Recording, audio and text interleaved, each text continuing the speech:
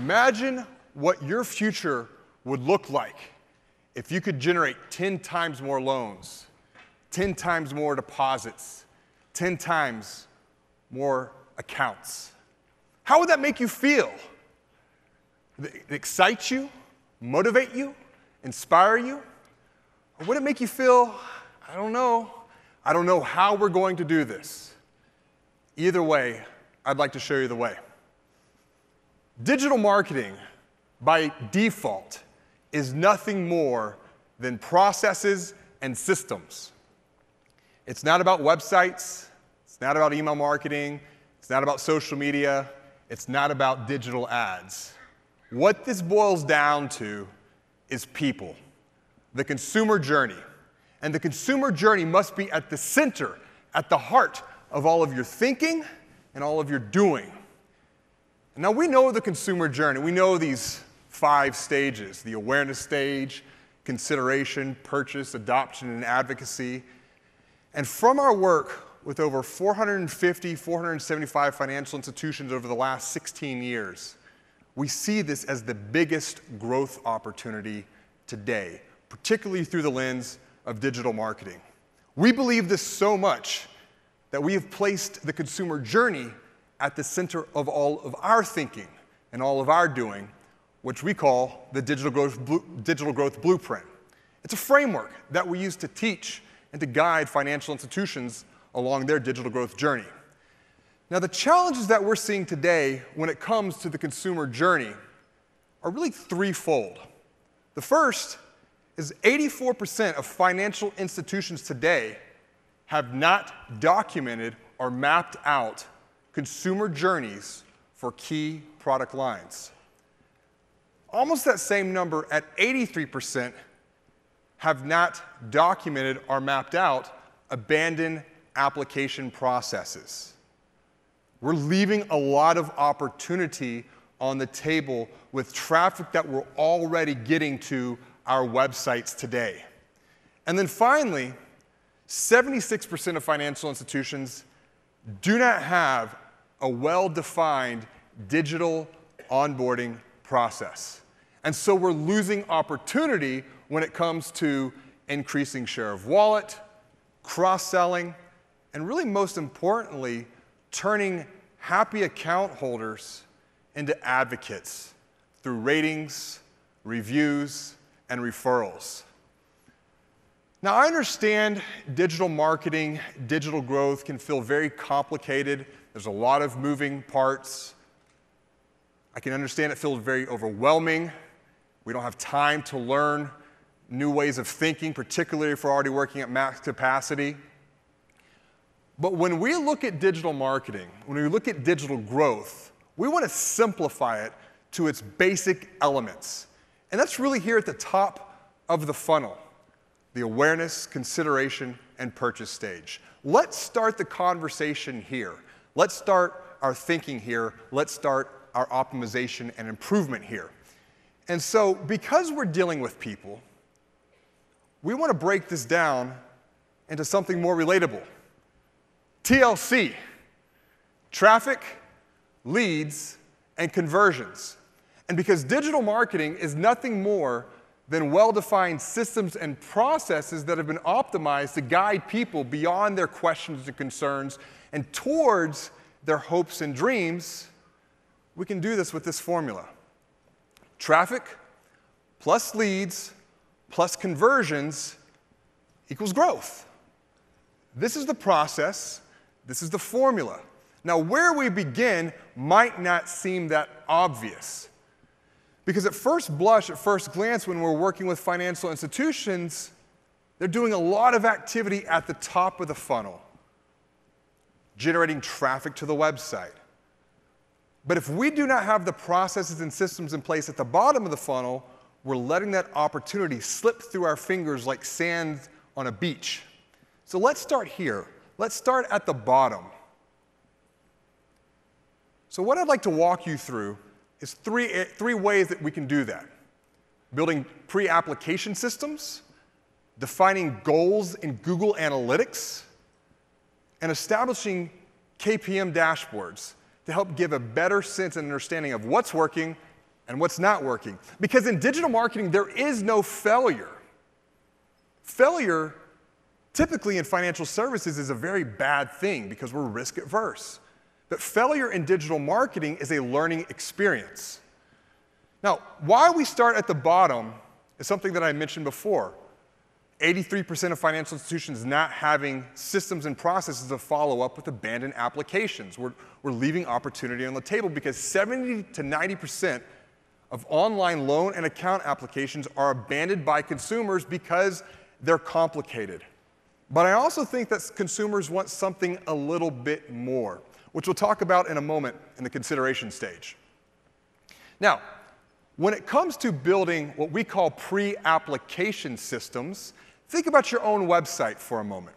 What type of calls to actions do you have on your product pages, on your landing pages? It's typically apply for a loan or open an account. Well, when we look at that, we see that when you click on that apply button, you're typically taken to a third-party website. And that does a couple of frustrating things. First, it breaks the analytical flow. We don't know what's happening through Google Analytics. So we don't have channel attribution. We can't look at the consumer journey from a retrospective viewpoint. But then we also are putting our faith and hope in these third-party systems to follow up with abandoned applications. But it doesn't have to be that way. Something that we've helped our clients through is to define the system and process, and it has really been transformative for them in the sense that this is an application that someone is taken to when they click the apply button. This application sits on the financial institution's website, has first name, last name, email address, phone number. And when someone hits continue application, they're taken to the third-party website just as they would have been before. Now, using marketing automation rule sets, we can identify whether or not someone has completed this application in a 30-minute time period. Because once someone completes this application, in the processes, systems, and workflows that you can set up when you get back to your financial institution is to work with your third-party application providers and have them redirect their third-party application back to a thank you page or a landing page on your website. In a perfect world, we would want thank you pages set up for every single one of your key product lines.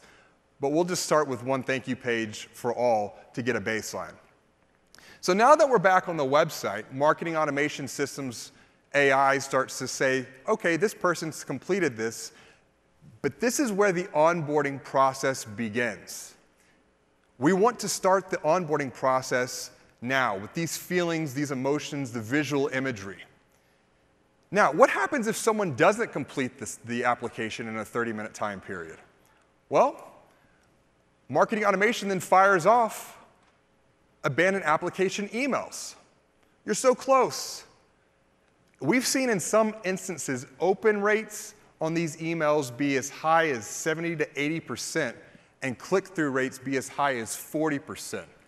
People get distracted, people get frustrated, people leave.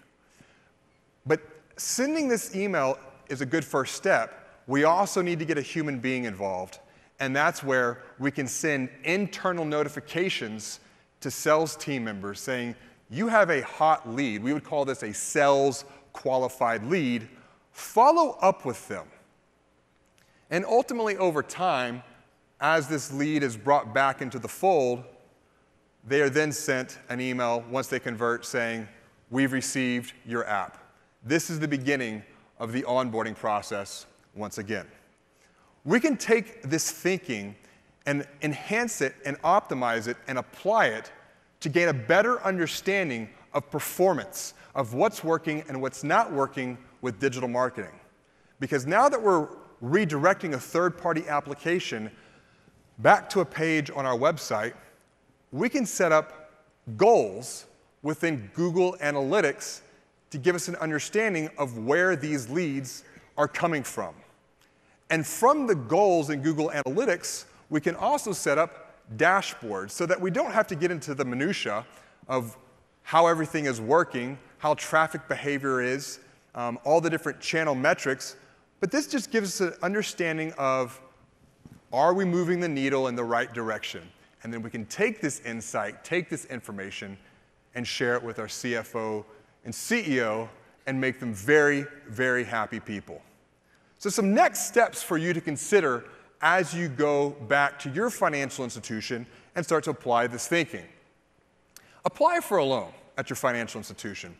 Do this on a mobile device, and then compare that experience to a third party.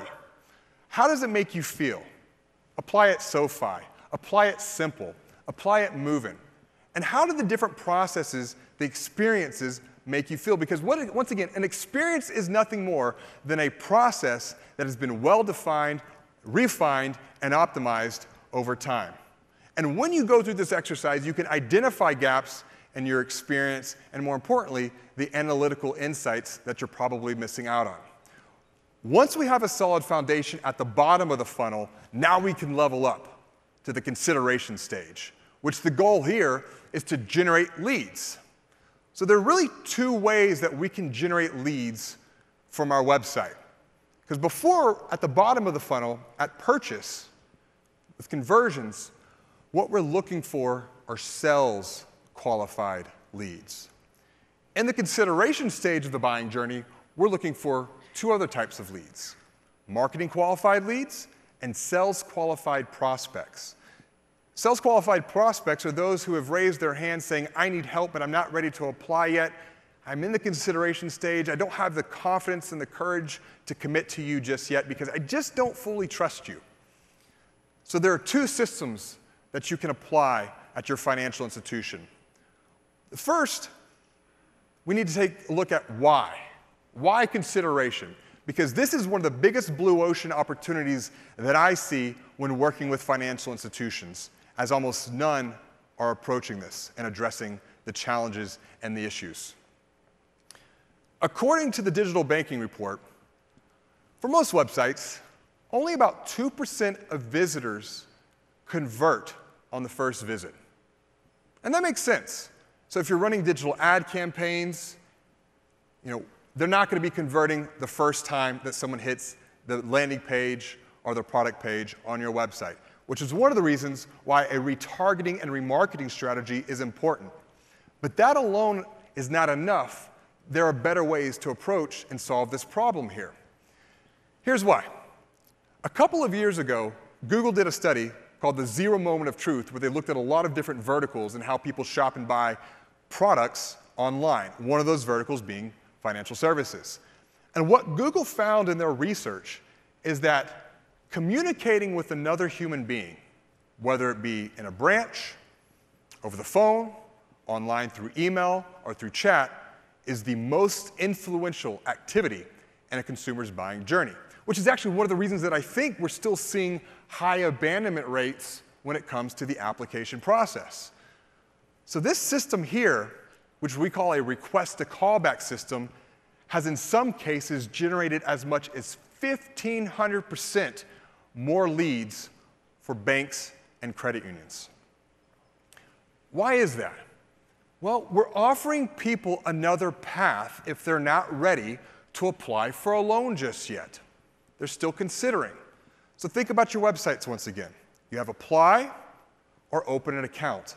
Right below those calls to action, I recommend placing a secondary call to action to request a callback.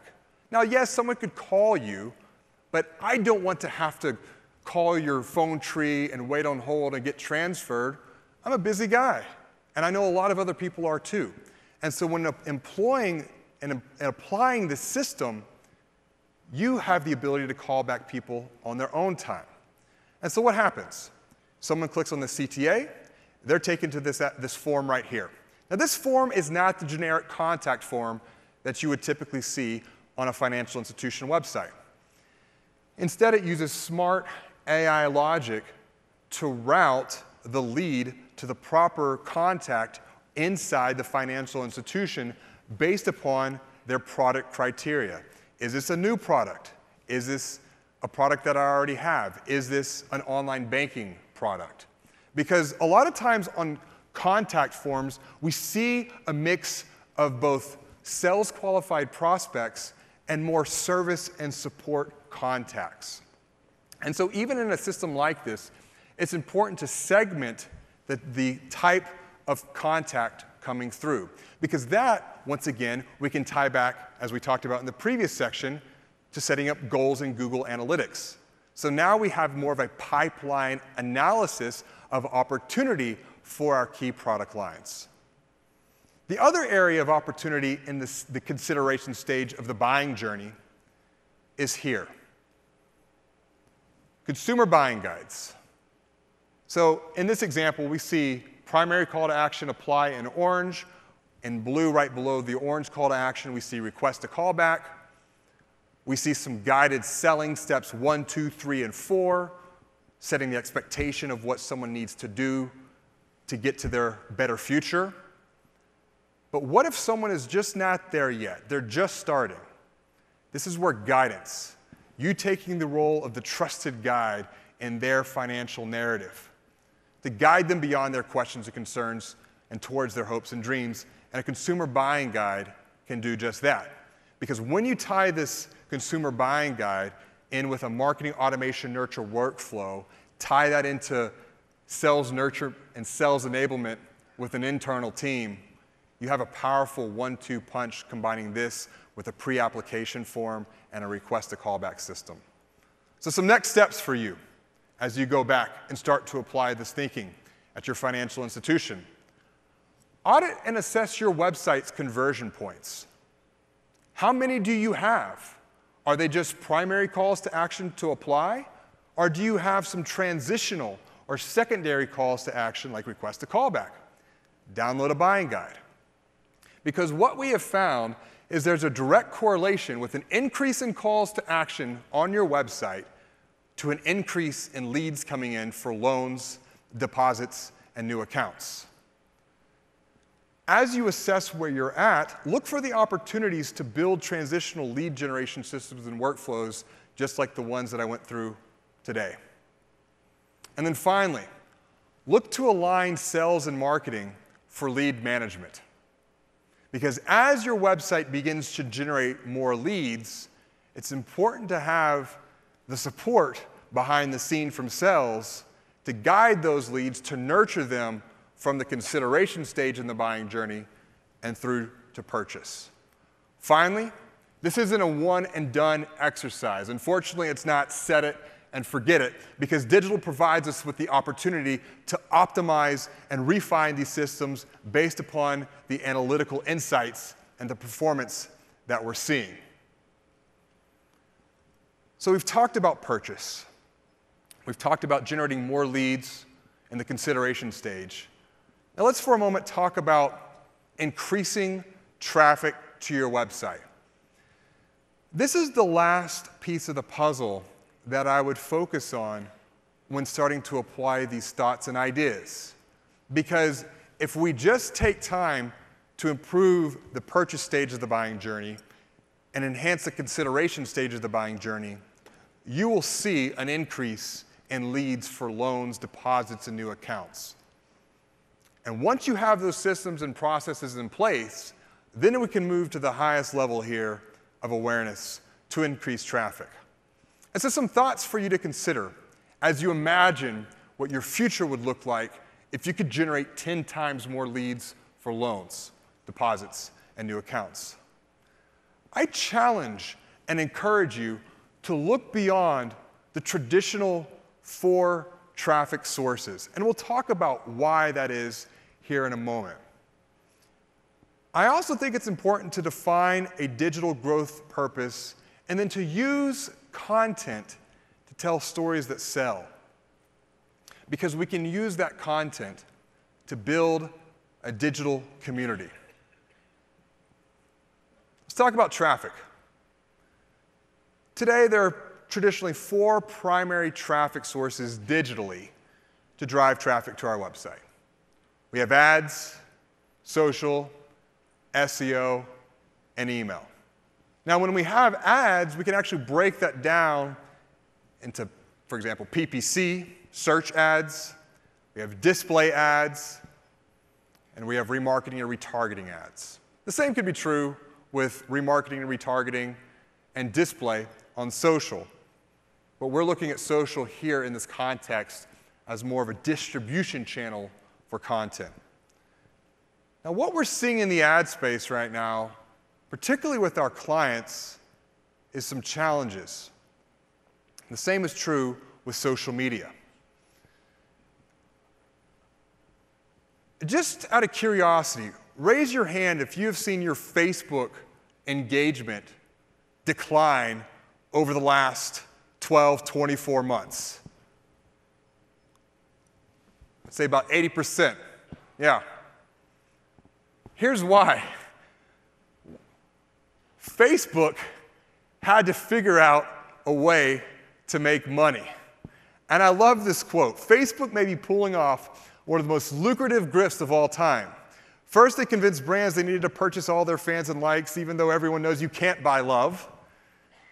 Then Facebook continues to charge those same brands money to speak to the fans they just bought. This is the challenge when building an audience on someone else's platform. You don't own it. Facebook does. Twitter does. Instagram does. YouTube does. Snap does. And to get access to the audience that you're working so hard to build, and sometimes it is a strategic objective, we want to double the size of our Facebook audience. Okay, that's great, but are you willing to pay to play to reach that audience? There's nothing wrong in paying to boost your posts on social media. In fact, I actually encourage it, but you need to quantify, are we moving the needle? Is it making an impact? When it comes to digital ads, this is a growing problem that we've seen over the last 2 years. Digital ad waste. Ads not being seen by a human being. Bot traffic. And my recommendation for you is to go back and talk to the firms that you're working who are doing your ad buying and asking them, how much traffic are we losing to bots? And what, if anything, can we do to rectify that problem? We've seen in some instances that does help because they can go back and change the programmatic algorithm to improve traffic quality. And when you improve traffic quality, you naturally see an increase in conversions. So let's say we solve the bot traffic ad problem. Well, what's the next challenge that we're going to be facing with ads? Ad blockers. Ad blockers on mobile devices, ad blockers on desktop. I know they're coming out now with Safari and with Chrome. I'm even frustrated with ad blockers because we do ad buys for Digital Growth Institute, and over the years, I'm seeing a decline in ad performance. Our cost per conversion continues to increase. Our click-through rate continues to decrease, and our cost per click continues to increase. So what if we just moved our thinking over the next 12, 24, 36 months? Instead of looking at 4 traffic sources, what if we just looked at 2? And in no way, no shape, form, or fashion am I saying stop running digital ads or stop posting content on social media. I'm just asking you to imagine what the future would look like if we had to operate without them because they weren't providing value. What does that leave us with? We have organic search engine optimization, which requires the production of fresh, frequent content. Sometimes we're seeing in our studies to the tune of 3,000 unique words per month, which is one of the reasons a blog is important.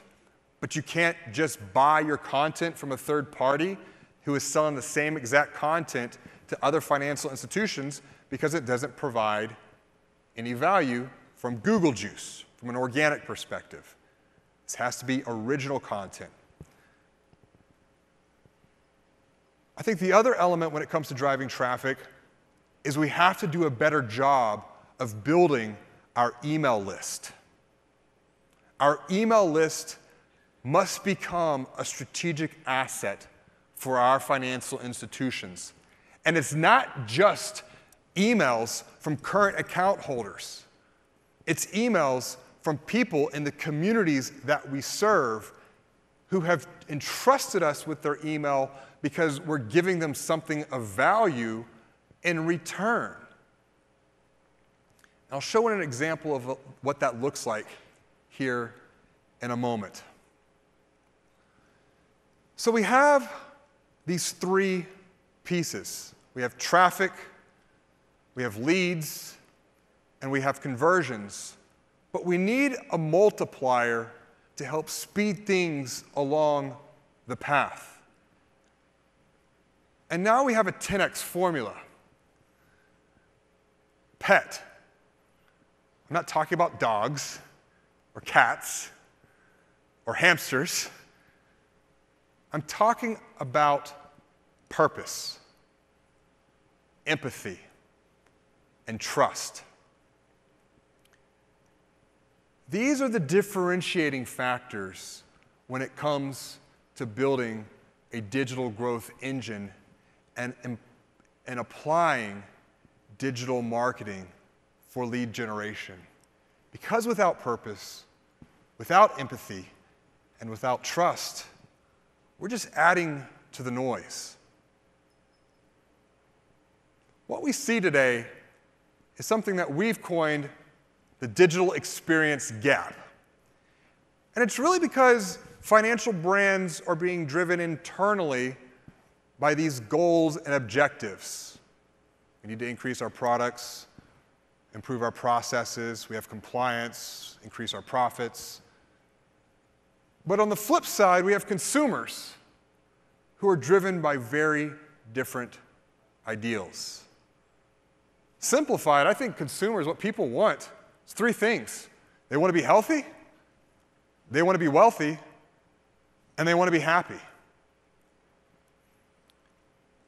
And if we have this gap of how we're positioning and promoting our financial products, particularly through the digital space, which has been commoditized thanks to Google, there has to be a better way. And to bridge that gap, it starts with purpose. A purpose that goes beyond our traditional mission and vision statements that are lackluster for many at best. Because purpose is what will enable trust. And to bridge that gap with people, that chasm that has really kind of increased since the financial crisis 2008. And we see this broken trust, particularly within the millennial market segment who are now just entering their prime lending years.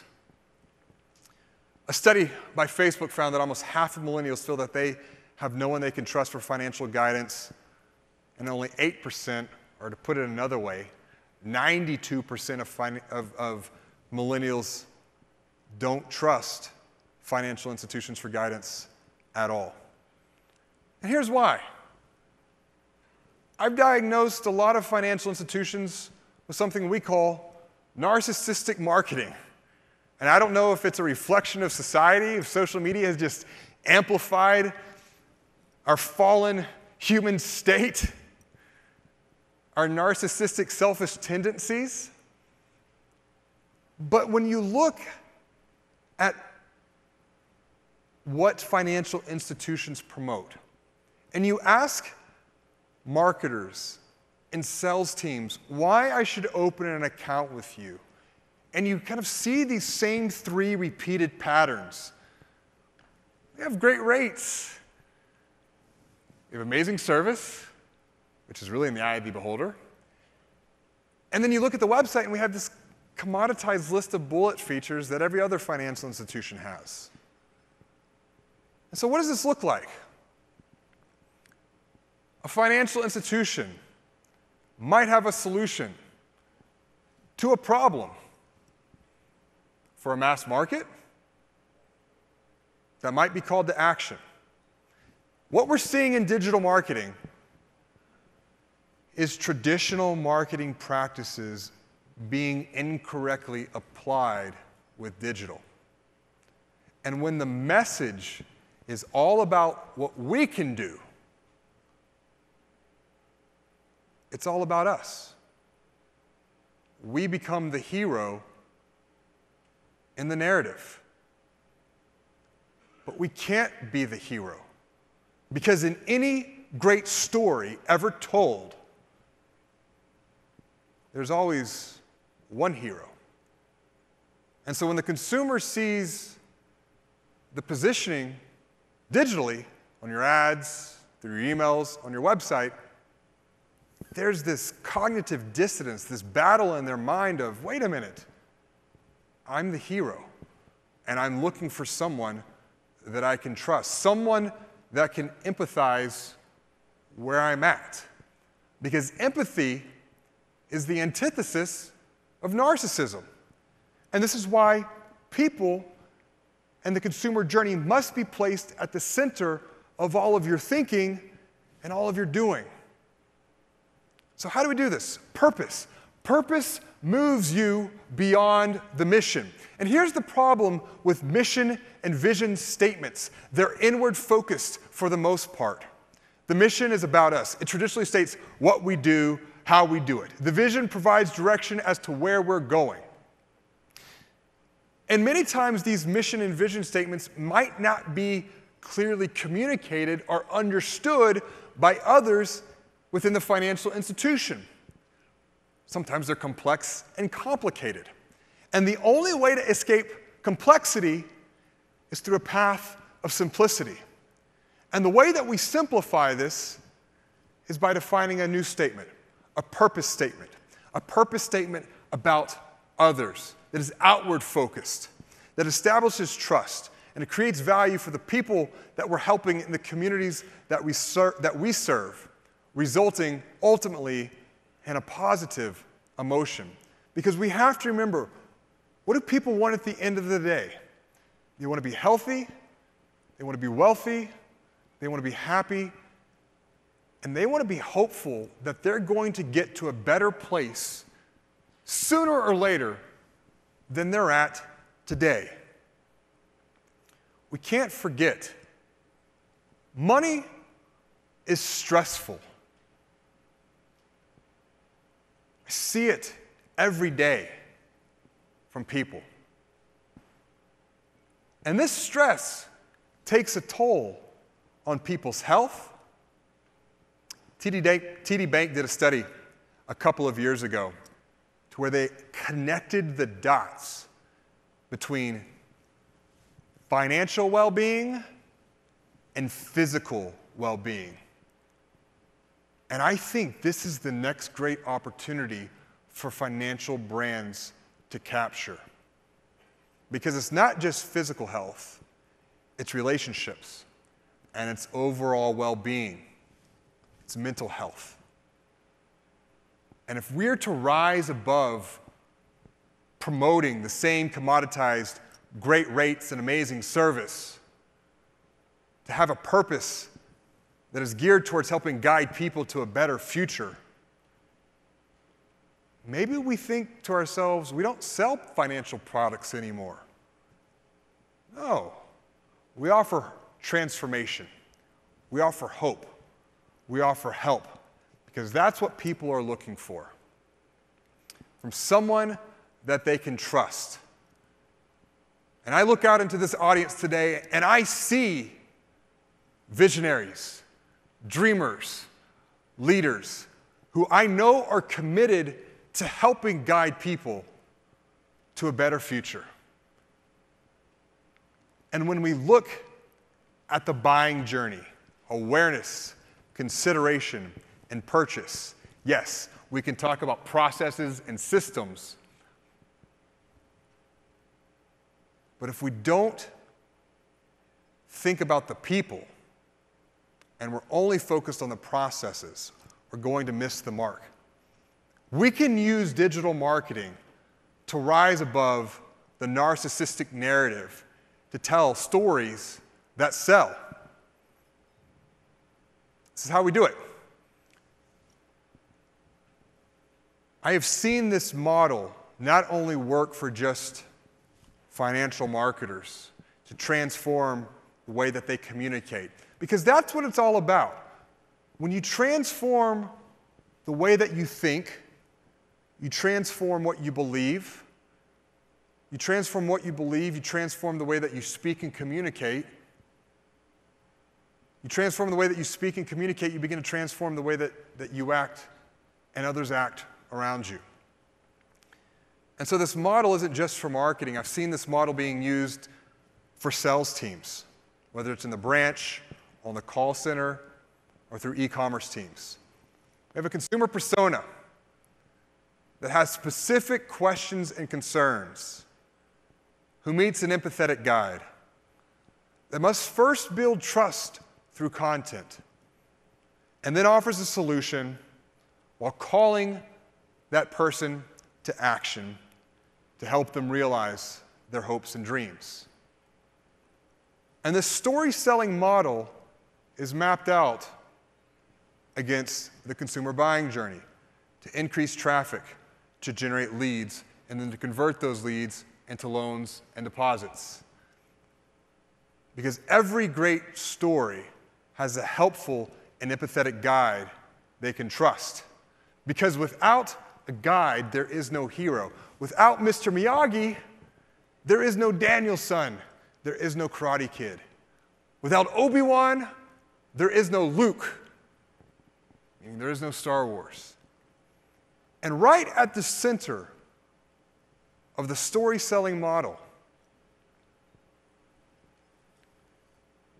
the empathetic guide must first build trust with content.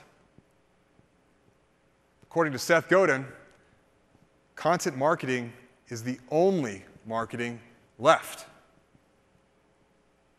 So what happens when people are blocking our ads? When we're getting more bot traffic than real human beings to our site? When social media is just so extraordinarily expensive that it just doesn't make sense?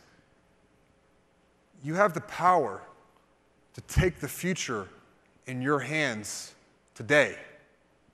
And as you go back to your financial institutions, because you can use content to build a digital community that you own. Hold your breath.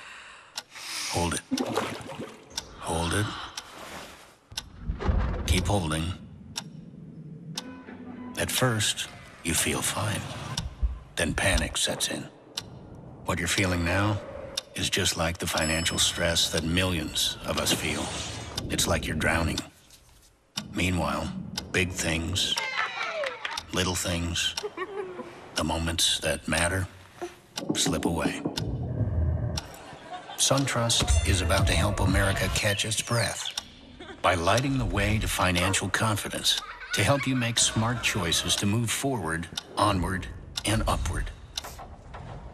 So now, let go and breathe. Feel that relief? Take the first step. Join the movement at onup.com. Hold your breath. Hold it. They've personified the pain of financial stress. This was a spot that ran during the Super Bowl 2 years ago. I would call it a pilot program at the time. And then this spot became distributed through YouTube. Traffic was driven and encouraged people to join the movement at OnUp. On game day, they had 20,000 visitors within the first 2 minutes, a total of almost 40,000 people over the course of that day. They achieved 10 million social media impressions. People responded positively, according to SunTrust. Within about a couple months or so, this was the landing page that people were sent to at the time. A couple months went by, 120,000 people had already joined the movement or joined the OnUp digital community. And one of the interesting things that SunTrust did is they're not promoting a product. They're actually encouraging one to join up, and we'll donate $1 in your name to this fund. There's a purpose that went beyond them. And once you join this movement, you were then taken to a quick assessment to identify where you were in your financial journey. And it's interesting what SunTrust was doing as we were experimenting and documenting this case study. They were taking these answers and segmenting different lists for follow-up based upon responses, personalized content. And what really exploded the growth of this community was when they came and they offered to pay your loan on us for a year. I think it was auto, mortgage, and student loans for 1 year. And it wasn't just one. I think it was 10, 10, and 10, if I'm not mistaken. So they're asking, what type of loan do you want us to pay for? Segmentation, refi opportunity, building the audience, amplifying the message even further through share this, get an additional entry. They've exceeded expectations. They had forecasted 600,000 people signing up. Last year they reached 1 million, now the goal is 5 million. About a month ago when I took this screenshot, 3 million people have joined this movement. We're wanting to start a conversation about financial confidence. We're a purpose-driven company. So your next steps, as you go back, don't just think about the process. Think about and assess how you're positioning your products. Find ways to use content to help first, to sell second. Look for opportunities to start building a digital community that you own. And finally, commit. Commit to guiding people to a bigger and better future.